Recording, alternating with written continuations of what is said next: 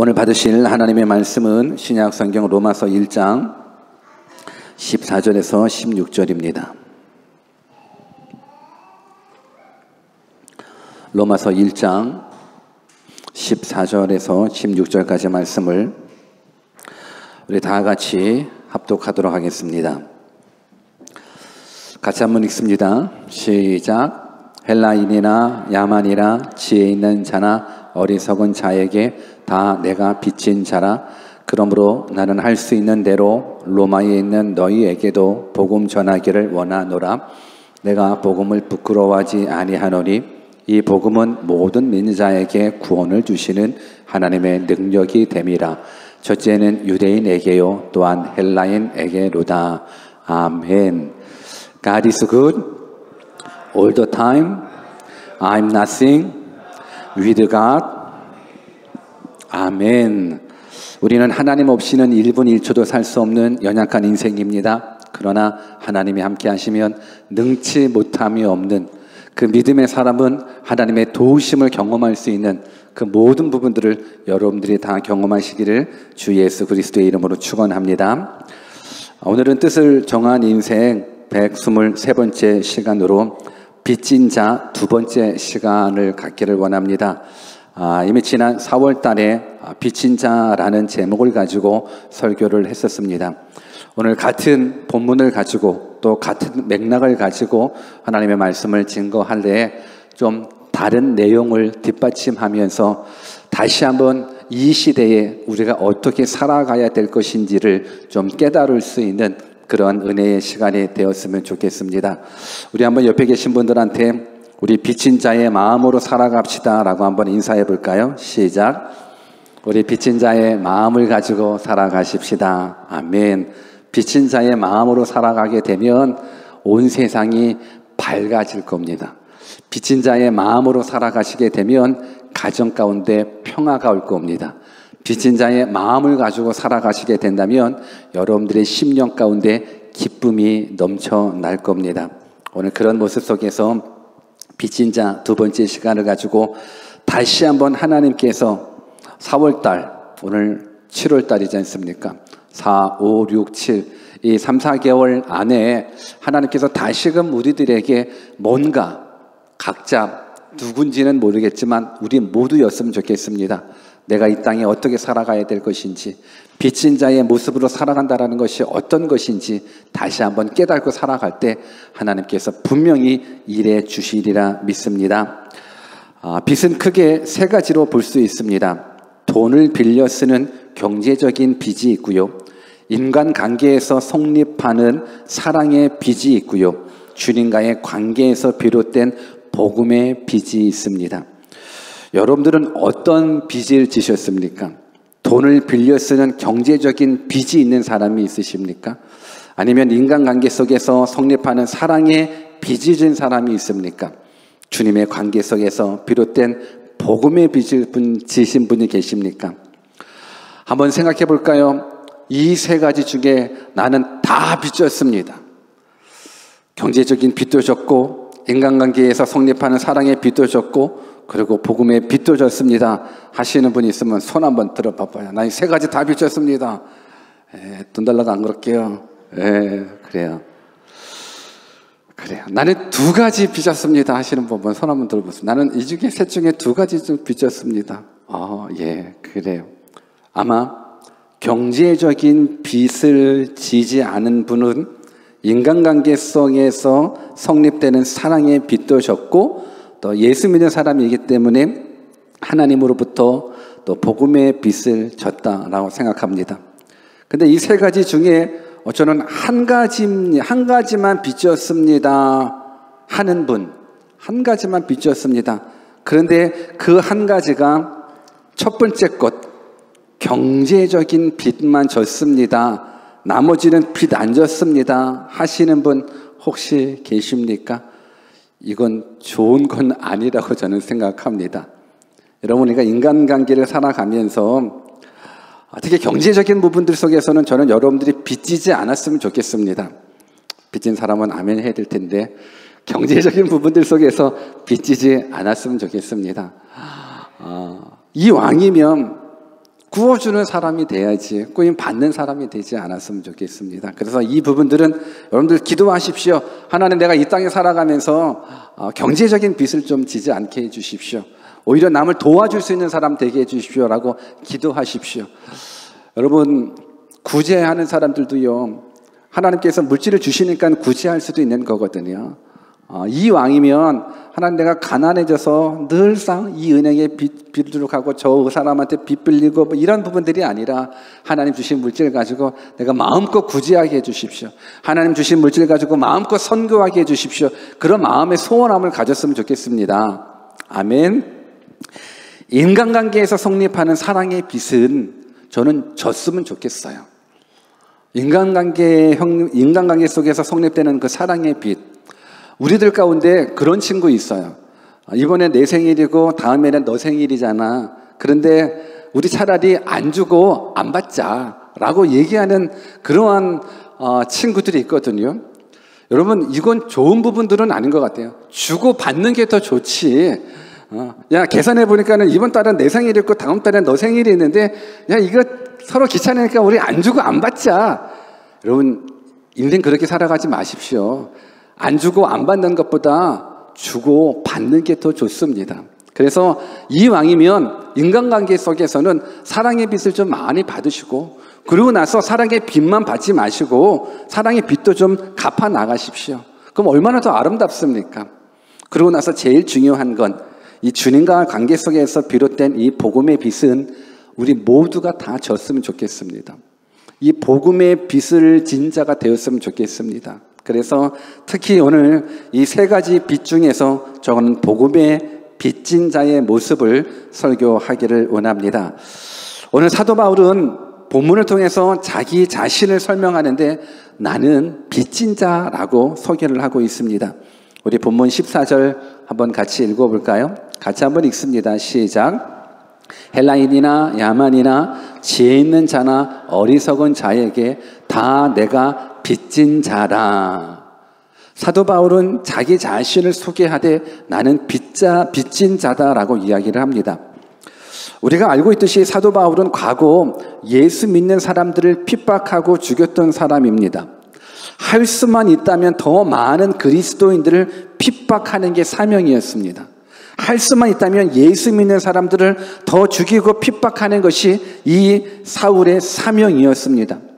그래서 그 사명을 감당하기 위해서 다메섹이라는 곳에 가다가 하나님께서 부활하신 예수님을 만나게 하시는 사건이 나타나요. 예수 믿는 사람 잡아 죽이려고, 예수 믿는 사람 잡아 핍박하려고 가는 길에 다메섹이라는 동네에 하나님을 만나요. 부활하신 예수님을 만나요. 우리 사도행전 22장 7절 말씀을 같이 한번 읽어보겠습니다. 같이 읽습니다. 시작. 내가 땅에 엎드려져 들으니 소리 있어 가로되 사울아 사울아 네가 왜 나를 핍박하느냐 하시거늘, 사울아 사울아 네가 왜 나를 핍박하느냐. 사실 사울은 예수님을 핍박한 적은 없었거든요. 그런데 예수 믿는 사람들을 핍박하는 것, 예수 믿는 사람들을 잡으러 가는 그 과정 가운데 부활하신 예수님을 만난 거예요. 그래서 예수님이 말씀하는 거예요. 너가 핍박하는 건 단순한 예수 믿는 사람이 아니라 나를 핍박한 거라는 얘기를 하는 거예요. 그러니까 사울은 예수 그리스도를 핍박한 거예요. 사울은 하나님의 아들이신 예수 그리스도를 핍박한 거예요. 이제 사울이 복음을 받았을 때 깨닫는 거예요. 뭘 깨달았냐면 내가 예수를 핍박했던 자였다라는 거예요. 내가 나를 구원하기 위해서 이 땅에 오신 하나님의 아들이신 그 예수님을 내가 핍박했다라는 거예요. 그래서 그 핍박했었던 그 과거의 자신의 잘못들을 통해서 사도 바울은 어찌하든지 간에 자신이 경험한 그 하나님, 자신이 경험한 그 예수님의 은혜, 이 부분들을 갚아 나가기 위해서 자신을 빚진 자라고 소개하고 있습니다.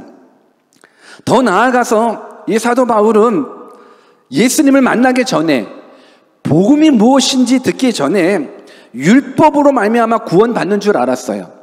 행위로 말미암아서 구원받는 줄 알았어요. 내가 종교생활 열심히 하면 내가 천국 갈 수 있다라고 믿었어요. 내가 율법을 잘 지켜나가면 영생을 얻을 수 있을 거라고 확실하게 믿었어요. 그런데 부활하신 예수님을 만나고 나서는 확실하게 바뀌었어요. 뭐가 바뀌었어요? 아, 내가 가지고 있었던 구원관이 잘못됐구나라는 걸 바뀌었어요. 오늘 이 시간 우리 가운데에서 다른 것들은 실수하고 넘어질 수도 있고 잘못 알으려는 건 괜찮아요. 서울 가는 방법, 뭐 부산 가는 방법, 아니면 뉴질랜드 가는 방법, 아니 성공하는 방법, 출세하는 방법, 아니면 어떤 좋은 정보, 그런 것들 잘 못 알아도 상관없어요. 그러나 다른 정보들은 몰라도, 다른 정보들은 착각해도 괜찮지만 이 구원에 대한 모습은 여러분들이 착각하면 안 되고 잘못된 정보를 가지고 있으면 안 돼요. 다른 건 괜찮아요. 다른 정보는 혹시 잘못된 정보를 가지고 있어서 그대로 살아가는 거 괜찮아요. 그러나 구원에 대한 이 구원관 하나만큼은 잘못되면 안 된 거예요. 근데 사도 바울이 자신이 하나님을 섬겼거든요. 자신이 창조주 하나님을 섬겼거든요. 자신이 성경을 100% 믿거든요. 그렇기 때문에 자신이 율법을 지킴으로 말미암아서 구원받을 수 있다라는 그런 신앙감, 그런 구원관을 가지고 있단 말입니다. 그런데 내 노력으로 구원받는 것이 아니에요. 우리들의 노력으로, 우리들의 행위로 우리가 영원한 생명을 얻는 게 아니에요. 오늘 우리가 교회를 다니면서도 이 생각에 빠진 사람이 있어요. 내가 교회 열심히 출석하면 내가 천국 갈 수 있겠지. 내가 교회에서 열심히 봉사하면 내가 천국 갈 수 있겠지. 아니요. 나의 행위로 말미암아서 얻어지는 게 구원이 아니에요. 나의 노력으로 말미암아서 얻어지는 것이 영생이 아니에요. 성경을 한번 같이 읽어볼까요? 에베소서 2장 8절과 9절입니다. 너무너무 중요한 구원관이에요.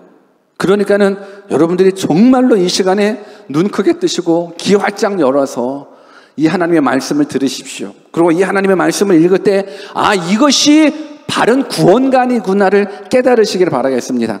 같이 한번 읽습니다. 시작. 너희가 그 은혜를 인하여 믿음으로 말미암아 구원을 얻었나니 이것이 너희에게서 난 것이 아니요 하나님의 선물이라. 행위에서 난 것이 아니니 이는 누구든지 자랑치 못하게 함이니라. 우리들의 구원은 우리들의 행위로 말미암아 나타나는 것이 아니에요. 우리가 얻은 그 구원은 절대적인 하나님의 은혜인 거예요. 그 은혜를 인하여 믿음으로 말미암아 구원을 얻은 이 구원관을 여러분들이 얻으셔야 되는 거예요. 우리 한번 옆에 계신 분들한테 우리는 믿음으로 말미암아 구원을 얻습니다. 한번 인사해 볼래요? 시작. 다시 한번 인사할 때 우리가 구원받은 것은 전적인 하나님의 은혜입니다. 시작. 우리가 구원받은 것은 전적인 하나님의 은혜입니다. 여러분들이 이뻐서도 아니에요. 여러분들이 공부를 많이 해서도 아니에요. 여러분들이 모태신앙 이래서도 아니에요. 여러분들이 부모님이 목사님이고 장로님이라서도 아니에요. 여러분들이 교회에서 열심히 수고했고 봉사했기 때문도 아니에요. 오직 우리가 구원 얻은 건 하나님의 은혜예요. 그 은혜는 믿음으로 말미암아 얻게 되는 구원이라는 거예요. 이 구원관을 확실하게 잡으셔야 돼요. 내가 행위 구원이라고 그러면 내가 교회에 이렇게 많은 일을 했어. 내가 하나님을 위해서 이렇게 많은 일을 했어. 그래서 나는 구원받을 수 있어. 아니요. 그 구원은 가짜 구원관이에요. 사탄의 계략이에요. 행위로 말미암지 않습니다. 오직 하나님의 전폭적인 은혜입니다. 그 은혜는 어떻게 나타나냐면 예수님이 내 죄를 위해서 십자가에 죽으셨다라는 사실이 믿어지는 거예요. 근데 그 예수님은 보통 인간이 아니라 죄 없으신 하나님이신 거예요. 하나님의 아들이신 예수 그리스도가 우리 인간을 구원하기 위해서 이 땅에 오셨다라는 거예요. 그 사실이 믿어지는 거예요. 근데 이 믿어지는 것 또한 내가 믿고 싶어서 믿어지는 게 아니더라고요. 여러분, 예수님 믿고 싶다고 믿어지는 게 아니더라고요. 그분이 나의 하나님이라는 게 믿고 싶다고 믿어지는 게 아니더라고요. 그러니까 여러분들은 정말로 은혜 받은 사람들인 거예요. 왜? 지금 예배하고 있잖아요. 누구를 예배하냐면 우리를 구원해 주신 예수님을 예배하고 있단 말입니다. 물론 우리들 가운데에서 아직까지 예수님이 나의 주인으로 나의 하나님으로 영접되지 못한 사람들도 분명하게 있습니다. 그러나 이 자리에 있다라는 건 하나님께서 여러분들을 향한 구원 계획을 갖고 계시다라고 저는 그렇게 확신합니다. 아멘이십니까? 오늘 그런 모습 속에서 한번 옆에 분들을 더 축복합시다. 당신은 은혜 받은 사람입니다. 시작. 그럼요. 이 자리에 있다라는 그 자체만으로도 여러분들 은혜 받은 사람이에요. 물론 답답해요. 물론 예수 그리스도가 나의 하나님으로 구원자로 아직까지 영접되지 못한 사람들 이 자리에 있다 그러면 답답해요. 그리고 제가 드리는 이 설교가 되게 지루하게 느껴질 수도 있어요. 지루해. 빨리 끝났으면 좋겠다. 빨리 끝날게요. 1시간만 기다리세요. 빨리 끝날게요. 여러분들 이 하나님의 말씀이 여러분들 귓가에 들려졌으면 좋겠어요. 그리고 귀로만 들려지는 것이 아니라 여러분들 심령 가운데 들려졌으면 좋겠습니다. 오늘 사도 바울 자신을 빚진 자로 고백합니다. 그래서 할 수만 있으면 이 빚을 갚고자 노력하는 그러한 모습으로 평생 살아갔습니다. 그래서 저도 빚진 자의 모습으로 살아갈 수 있는 그런 그리스도인들이 되었으면 좋겠습니다. 이 말씀을 듣는 우리 모두도 빚진 자의 심정을 가지고 나서 복음의 빚진 자로서 마땅히 살아가야 될 그 믿음의 반응들을 좀 보이면서 살아갔으면 좋겠습니다. 그러기 위해서는 우리가 빚진 자의 특성을 한 번쯤은 생각해 보셔야 됩니다. 이 빚진 자의 특성이 여러분들의 삶 속에 나타날 때 하나님께서 큰 은혜를 더 크게 부어주시리라 믿습니다. 첫 번째로 빚진 자의 특성은요, 항상 미안해하고 항상 겸손해합니다. 빚진 자의 특성은 그렇습니다. 빚진 자의 심정은요, 자신에게 도움을 준 사람, 자신에게 물질을 빌려준 사람, 그 사람한테 항상 미안해하는 마음이 있고 항상 겸손한 마음을 갖게 됩니다. 한번 생각해 보십시오. 나에게 도움을 준 사람한테 항상 미안한 모습과 항상 감사한 모습과 항상 겸손한 모습을 가져야지, 내가 도움을 받았음에도 불구하고 항상 도움 준 사람한테 교만하게 하고 거만하게 대한다? 이건 빚진 자의 모습은 아니라고 저는 생각합니다. 우리는 교만할 이유가 절대 없습니다. 내가 빚을 지고도 겸손하지 않고 교만하다면 아마 우리에게 도움을 준 사람, 물질적인 부분들로 따진다 그러면 우리에게 돈을 빌려줬던 사람이, 야, 내가 너한테 돈을 그렇게 많이 빌려줬는데 너 어떻게 그렇게 교만하지? 그렇게 거만하지? 야, 다시 갚아! 갚을 능력은 없는데 갚아라고 그러면 어떻게 해요? 그럴 수 없잖아요. 오늘 우리는 기억해야 돼요. 뭘 기억해야 되냐면, 빚진 자의 특성은 항상 미안해하고 겸손해하고 항상 감사하는 모습을 가지셔야 되는 거예요. 우리 가운데 교만한 이유가 절대 없습니다. 교만하면 빼앗겨요. 교만하면 그 은혜가 빼앗길 수 있다는 거예요. 우리 한번 옆에 분들한테 우리에게는 교만한 이유가 없습니다. 시작. 여러분, 우리에게는 교만한 이유가 없습니다. 우리는 하나님의 은혜가 아니면 1분 1초도 살 수 없는 연약한 인생인데, 오늘 하나님께서 여러분들에게 은혜를 베풀어 주셨으니까 살아가는 건데, 그 은혜를 깨닫지 못하고 오히려 교만하다, 거만하다, 그 은혜 뺏어가면 어떡하려고 그래요? 그 사랑 줬는데, 그 은혜 줬는데 너무나 교만하면 안 되잖아요. 하나님은 겸손한 자를 들어 사용하시고 있지만 교만한 자는 사용하지 않습니다. 오히려 밖에 내친단 말입니다. 저는 여러분들이 빚진 자의 모습으로 잘 살아갔으면 좋겠는데, 이 빚진 자의 모습으로 살아가면 여러분들 심령 가운데 먼저 감사가 있으니까 기쁨이 넘쳐날 수밖에 없어요. 그리고 저는 이 빚진 자의 마음은 우리 가정 가운데서도 동일하게 나타났으면 좋겠습니다. 여러분, 부부지간에도 서로가 빚진 자의 모습으로 살아간다고 한번 생각해 보십시오. 우리 커플들이 있지 않습니까? 커플들이 대화하면서 빚진 자의 모습이 아니라 빚 받을 자의 모습처럼 살아가는 사람들이 참 많이 있거든요. 야, 내가 너 잘 만났어. 너 나 때문에 제가 산 줄 알아. 라고 말하고 생각하는 사람이라면 그 가정이, 야, 내가 너 구원해 줬지만, 야, 이러면 그 가정이 그렇게 아름답지 않아요. 근데 빚진 자의 모습을 가지고, 야, 나랑 살아줘서 고마워. 나는 원래 성격도 더럽고 누구 하나 나를 거두를 수 있는 사람이 없는데 당신이 나를 거둬줘서 너무너무 고마워. 이 빚진 자의 모습으로 살아간다면 그 부부가 어떨 것 같아요? 너 나 아니면 너 이런 부분들이 아니라 당신 때문에 내가 살아. 여러분, 사실 우리 결혼한 사람들 서로 이런 마음 가지셔야 되는 겁니다. 내가 너를 구원해 줬어. 나 아니면 너 결혼 못할 걸? 이런 부분들이 아니라 고마워. 당신 아니면 나 결혼 못했을 뻔했는데 당신 내 옆에 있어주셔서 고마워. 이게 바로 빚진 자의 모습이에요. 행복할 것 같아요? 불행할 것 같아요? 결혼 안 해봐서 몰라요? 결혼 안 한 사람들은 결혼하면 이렇게 살아가야 돼요. 이게 행복이에요.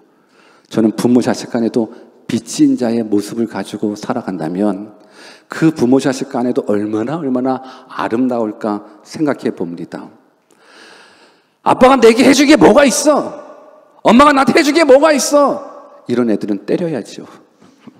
내쳐야죠. 어머니, 제가 아버지 어머니 만나서 내가 이렇게 내가 뭐라고 늘 옷 사주시고 공부시켜주시고 밥 해주시고 너무너무 감사합니다. 이 내 자식이 나갔다 그러면 되게 때릴 것 같고 미울 것 같은데 그럼에도 불구하고 나를 늘 걷어주시고 도와주시고 이 빚진 자의 모습을 가르고 살아가 이게 얼마나 아름답습니까? 부모도 마찬가지인 거예요. 부모도 빚진 자의 모습으로 자식을 대하면 그 관계가 얼마나 내가 너한테 밥 해준 게 얼마고 내가 너한테 베푸는 게 얼만데 이런 부분들이 아니라 건강하게 커져서 고맙다. 이렇게 이쁘게 커져서 고맙다. 이렇게 신앙 안에서 커져서 고맙다. 이렇게 서로가 빚진 자의 모습으로 살아간다 그러면 그 가정은 행복입니다. 그 가정은 천국입니다. 마찬가지라고 저는 생각합니다. 우리가 빚진 자의 모습을 가지고 신앙생활 하지 않아요? 그러면 하나님께서 은혜 베풀어 주시리라 믿습니다. 그 은혜가 여러분들 가운데 많이 흘러가기를 주님의 이름으로 축원합니다. 또한 빚진 자의 특성은요, 반드시 갚아야 한다는 특성이 있습니다. 바울은 헬라인이나 야만이나 지혜 있는 자나 어리석은 자에게 다 내가 빚진 자라고 이야기를 합니다. 여러분, 빚진 자라면 그 빚의 성격이 어떠한 것이든 간에 갚아야 하는 특성이 있음을 기억하셔야 되는 겁니다. 빚지고 안 갚겠다고 하는 사람은 빚진 자의 마음이 아니라 사기꾼인의 마음인 거예요. 내가 빚졌는데 안 갚아. 야, 나 돈 좀 빌려줄래? 내가 너무너무 어려워. 그래서 돈을 빌려받았어요. 돈 빌려받자마자 순간 나 이 빚 안 갚을 거야. 가. 그런다 그러면 이게 빚진 자의 모습이 아니라 거의 사기꾼 수준이거든요. 여러분, 빚진 자는 당연히 빚을 갚아야 한다라는 그 특성을 가지셔야 돼요. 저는 여러분이 도둑놈이 되지 않았으면 좋겠어요. 저는 여러분들이 강도나 사기꾼이 되지 않았으면 좋겠습니다. 빚을 졌다면 반드시 갚아야지요. 무엇보다도 여러분들은 그리스도인이기 때문에 세상 사람들한테 사기꾼이다, 도둑놈이다 이런 말 들으면 안 됩니다. 우리 사람들이 하는 말 가운데 그런 말이 있습니다. 사람이 거짓말하는 것이 아니라 돈이 거짓말한다는 말이 있습니다. 왜? 돈 갚을 날이 가까웠는데도 불구하고 환경이 안 될 때 그때 막 자꾸만 언제 갚을게 하다가 못 갚은 경우들이 참 많이 있거든요. 그런 부분들이. 그래서 사람이 거짓말하는 게 아니라 물질이 거짓말, 돈이 거짓말 시키게끔 만드는다고 그런 말이 있는데 우리 그리스도인들은 그 말에 적용되는 사람이 아니었으면 좋겠습니다. 무엇보다도 저는 여러분들이 이 땅 가운데에서 진짜 이 경제적인 빚을 안 졌으면 좋겠고요. 그리고 지더라도 빚을 갚겠다라는 그런 마음의 자세는 분명 있어야 되리라고 저는 생각합니다. 여러분, 내가 빚을 졌는데 빚 안 갚겠다. 빚을 많이 졌는데도 불구하고 빚 갚을 생각하지 않고 다 자기를 위해서 해외 여행 다니고 뭐 하고 뭐 사고 이러면 빚진 자의 모습은 아니거든요. 정말로 빚진 자의 모습이라 그러면 어떻게 해서든지 빚을 갚겠다고 하는 그러한 부분들을 가지고 계셔야 되는 거예요. 오늘 사도 바울이 하나님으로부터 복음의 빚을 졌기 때문에 그 빚을 어찌하든지 갚겠다라는 그러한 사명감이 있습니다. 이것이 우리들에게도 동일하게 가져야 될 사명감이에요. 사도행전 20장 24절을 같이 한번 읽어볼까요? 사도행전 20장 24절 같이 한번 읽습니다. 시작. 나의 달려갈 길과 주 예수께 받은 사명, 곧 하나님의 은혜의 복음 증거하는 일을 마치려 하면은 나의 생명을 조금도 귀한 것으로 여기지 아니하노라. 이 말은 쉽게 말하면 내가 하나님으로부터 복음의 빚을 받았거든요. 이 빚을 갚기 위해서는 나의 생명을 조금도 귀한 것으로 여기지 않겠다라는 거예요. 이 빚을 갚기 위해서는 내 생명을 조금도 귀한 것으로 여기지 않겠다라는 거예요. 이게 바로 빚진 자의 모습인 거예요. 빚졌으면 당연히 빚을 갚아야지요. 빚졌음에도 불구하고 안 갚아 배째라라고 한다 그러면 그 사람은 정말 빚진 자의 모습이 아닌 거예요. 빚진 자는 항상 겸손한 모습을 가지고 항상 미안한 모습을 가지고 내가 최선을 다해서 빚 갚으려고 몸부림쳐야 된다라는 거예요. 사도 바울은 이 빚을 갚기 위해서 자신의 생명을 조금만도 귀한 것으로 여기지 아니한대요. 오늘 15절 말씀도 그렇습니다. 같이 한번 읽어볼까요? 15절 말씀 시작. 그러므로 나는 할 수 있는 대로 로마에 있는 너희에게도 복음 전하기를 원하노라. 할 수 있는 대로 로마에 있는 너희에게도 복음 전하기를 원한다라는 거예요. 이게 바로 빚진 자의 모습인 거예요. 할 수만 있는 대로 빚 갚아야죠. 할 수만 있는 대로 빚진 자는 빚 갚기 위해서 노력하셔야 되는 거예요. 근데 무엇보다도 이 사도 바울은 복음의 빚을 진 거예요. 복음의 빚은 경제적인 빚보다도 더 뛰어난 빚이에요. 복음의 빚은 사랑의 빚보다도 더 뛰어난 빚이에요. 이 복음의 빚은 이 세상에 빚지는 그런 빚하고는 또 다른 느낌이에요. 왜? 이 빚은요, 사망에서 생명으로 옮겨갈 수 있게끔 빌려주신 빚이기 때문에 그런 거예요. 이거는 돈 1,000만 원의 빚이 아니에요. 사망에서 생명으로 옮겨주실 수 있는, 왜? 우리들의 능력으로는 사망에서 생명으로 옮겨갈 수가 없어요. 우리들의 능력으로는 지옥에서 천국으로 옮겨갈 수가 없어요. 오직 하나님만이 우리에게 뭘 빌려주셔야 되는 거예요. 뭘 빌려주시냐? 예수를 빌려주셨어요. 예수를 빌려주셨기 때문에 그 빚 때문에 우리가 사망에서 생명으로 옮길 수 있는 거예요. 여러분들이 지금 이 말씀이 내가 원래는 사망이었었구나, 내가 원래는 지옥이었었구나라는 부분들이 깨달아질 때 하나님께서 여러분들에게 주신 그 은혜가 얼마나 큰지를 깨달을 수가 있는 거예요. 여러분, 사도 바울은 본인이 사망에 묶였다가 생명으로 바뀌어졌어요. 본인이 아무리 열심히 종교 생활을 했지만 율법에 얽매여 살았지 정말 사망에서 생명으로, 지옥에서 천국으로 옮겨진 삶을 살지 못했어요. 내 노력으로 옮길 수 있다라고 생각했지만 나는 옮길 수 있는 능력이 없어요. 그래서 하나님께서 구워줬어요. 뭘 구워줘요? 예수 그리스도를 구워줬단 말이에요. 이 은혜를 깨달았어요. 나 같은 죄인이 천국 갈 수 있구나. 그래서 사도 바울은 이 복음의 빚을 갚기 위해서 다 포기했어요.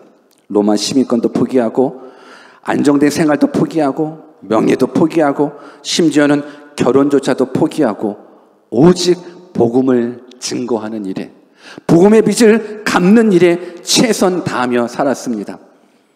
우리도 그랬으면 좋겠습니다. 우리도 그랬으면 좋겠습니다. 내가 받은 복음이, 내가 받은 영생이, 내가 받은 천국의 기쁨이 여러분들 삶 가운데 반응으로 나타났으면 좋겠어요. 이게 바로 빚진 자의 모습을 가지고 어찌하든지 이 복음의 빚을 갚겠다라는 거예요. 그래서 바울은 평생에 주님께 받은 사랑과 그 은혜로 말미암아서 어찌하든지 그 빚을 갚으려고 할 수만 있는 대로 복음 증거하기 힘썼다라는 거예요. 여러분, 복음의 빚은 복음을 증거하는 걸로 갚을 수가 있어요. 우리가 그 복음으로 말미암아서 생명을 얻었거든요. 그 복음으로 말미암아서 천국에 가거든요. 그 복음으로 얻은 그 빚은 다른 방법으로 갚아 나갈 수가 없어요. 복음을 증거하는 일에 복음의 빚을 갚을 수가 있어요. 오늘 저는 여러분들이 사도 바울처럼 그 빚 갚았으면 좋겠습니다. 그런데 우리 가운데 분명 우리는 사랑의 빚을 졌고 복음의 빚을 받았음에도 불구하고 마치 우리들의 모습은 빚진 자의 모습이 아니라 빚 받을 자처럼 살아가는 사람들이 참 많이 있다라는 거예요. 여러분, 악덕 고리업자들을 생각해 본다 그러면 저들은 빚을 받아내기 위해서 막 화내고 짜증내고 분노하고 때로는 폭력도 하고 폭언도 가감치 않고 막 행하게 됩니다. 왜? 내 돈 갚으라는 거예요. 왜 안 갚으냐라는 거예요. 근데요, 우리들의 삶 가운데 빚진 자로 살아가야 되는데 빚 받을 자처럼 살아가는 그리스도인들이 많이 있다라. 어떻게 살아갑니까? 우리가 신앙생활 하면서 내가 하나님 앞에 기도할 때 나타나요. 하나님, 왜 나에게 이거 응답 안 해주셨습니까? 왜 나를 안 도와주십니까? 왜 나를 가난해서 해결하지 않고 왜 나에게 질병에서 해결해 주지 않습니까? 하나님, 이 문제는 분명하게 해결해 달라고 그랬는데 왜 해결이 안 돼 주십니까?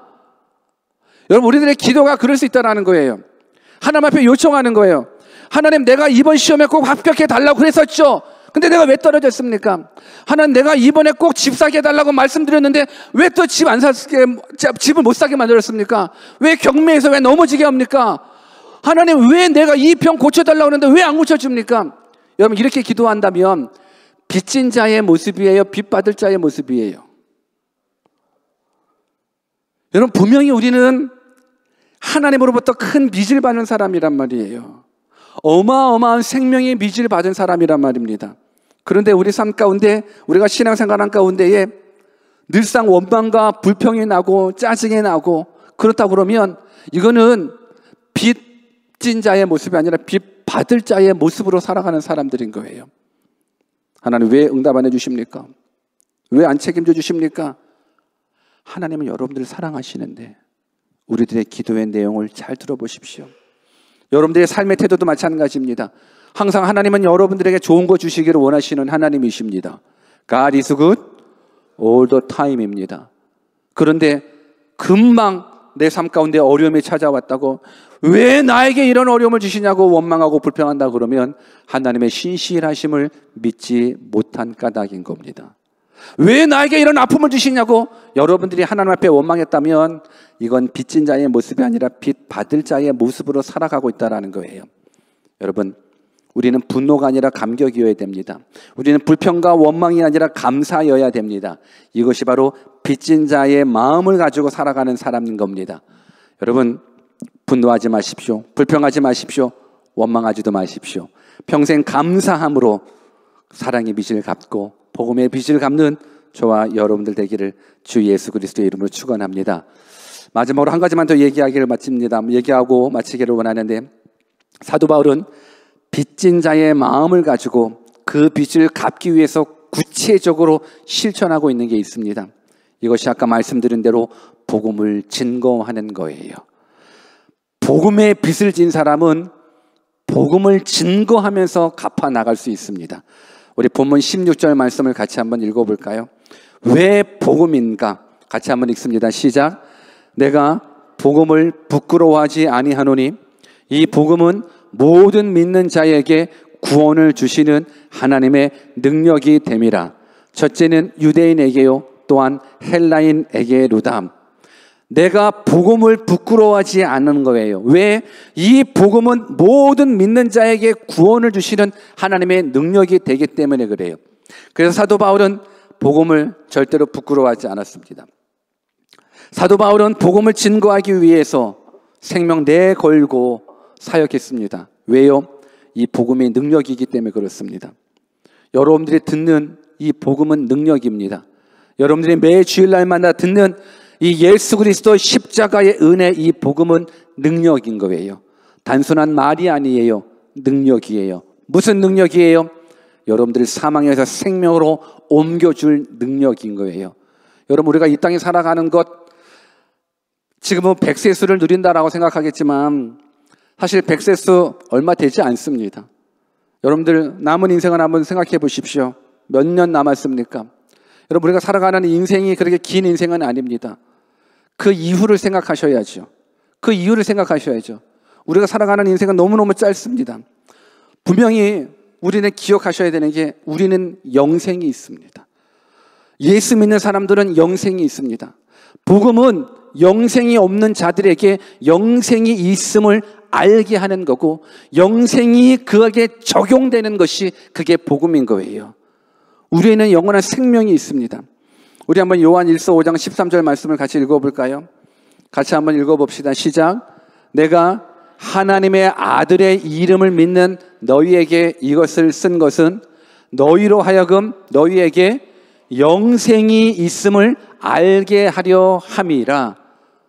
우리 한번 옆에 분들한테 우리에게는 영생이 있습니다. 시작. 우리에게는 영생이 있습니다. 여러분들, 우리는 영생이 있음을 알아야 되는데 영생이 있음을 알지 못하는 거예요. 여러분, 왜 세상 사람들이 하나님을 믿지 않는지 아십니까? 왜 세상 사람들이 교회에 안 다니는 줄 아십니까? 저들에게 영생이 있음을 저들은 알지 못하기 때문에 그래요. 왜 수많은 사람들이 큰 문제 앞에서 스스로 목숨을 끊는지 아십니까? 죽으면 끝이다라고 생각하기 때문에 그렇습니다. 여러분, 죽으면 끝이 아닙니다. 한 번 죽는 것은 사람에게 정하신 것이고 그 후에는 반드시 심판이 있습니다. 그 심판은 천국에서의 영생과 지옥에서의 영생인 거예요. 우리에게는 영생이 있습니다.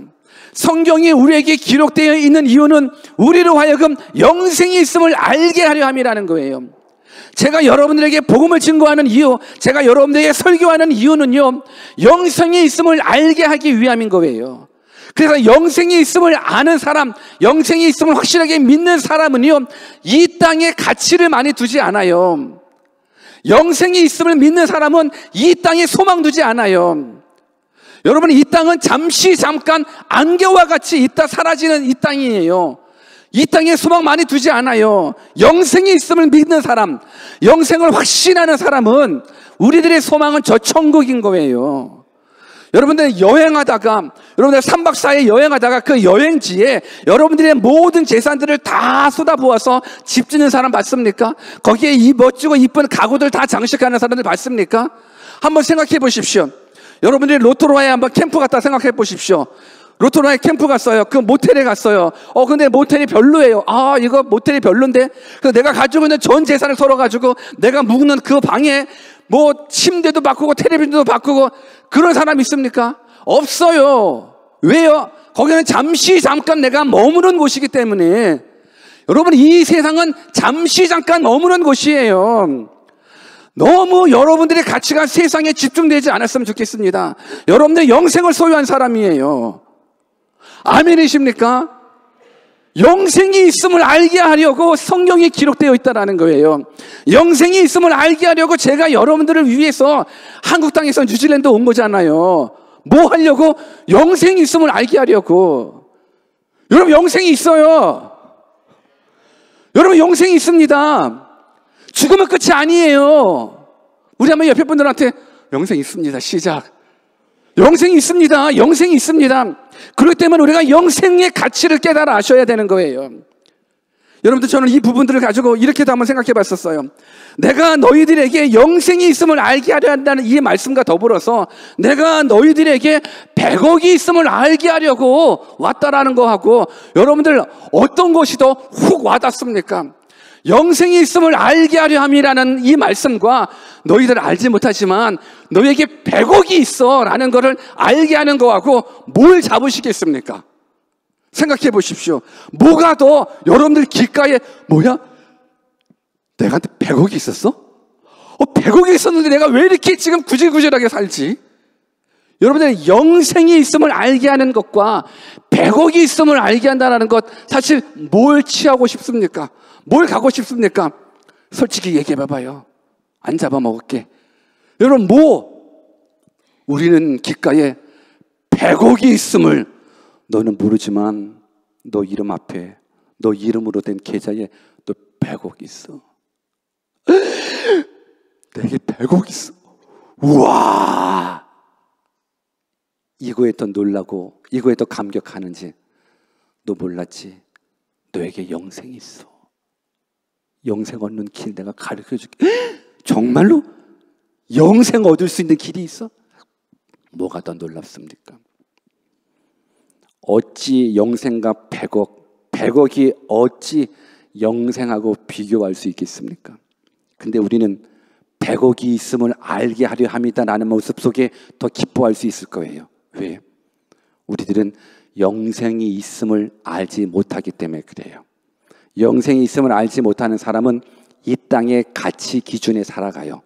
이 땅에서 100억이면 괜찮게 살 수 있잖아요. 그러면 영생 포기하고 100억을 쫓아갈 수 있다는 거예요. 여러분, 영생을 포기하지 마십시오. 100억 포기하십시오.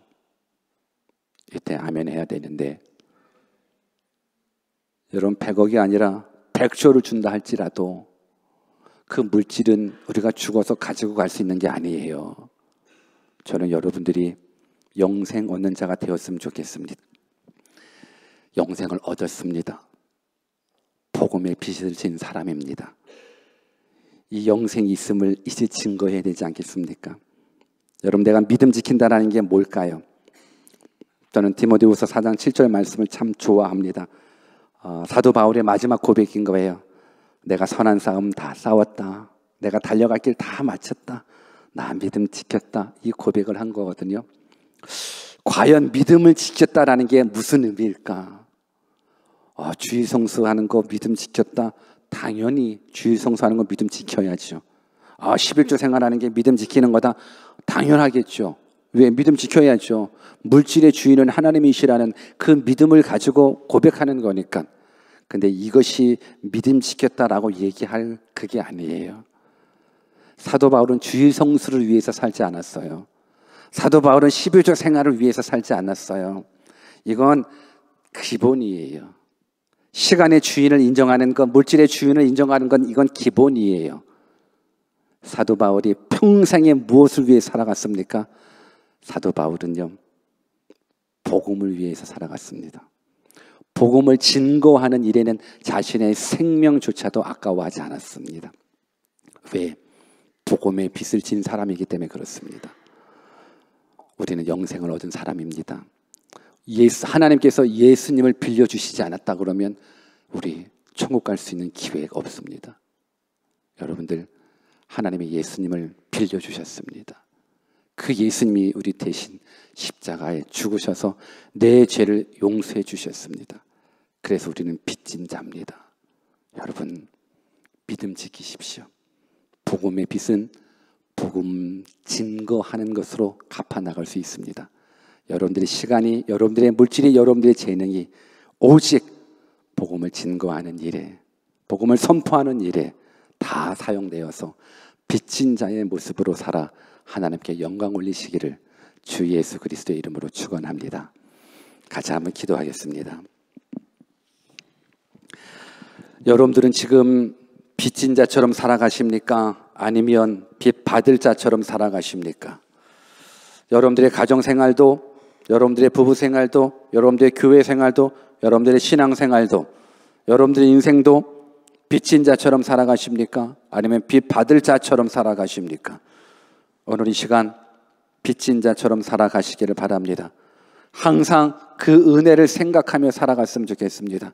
그리고 나 같은 죄인이 무엇이라고, 나를 구원하시기 위해서 하나님이 아들 예수 그리스도를 죽이셨는가? 나 같은 자가 무엇이길래 예수님께서 나를 구원하시려고 십자가에서 못 박아 죽으셨는가? 우리는 복음의 빚진 자입니다. 빚진 자처럼 살아가게 달라고 우리 같이 한번 말씀을 잡고 기도하겠습니다. 기도합니다.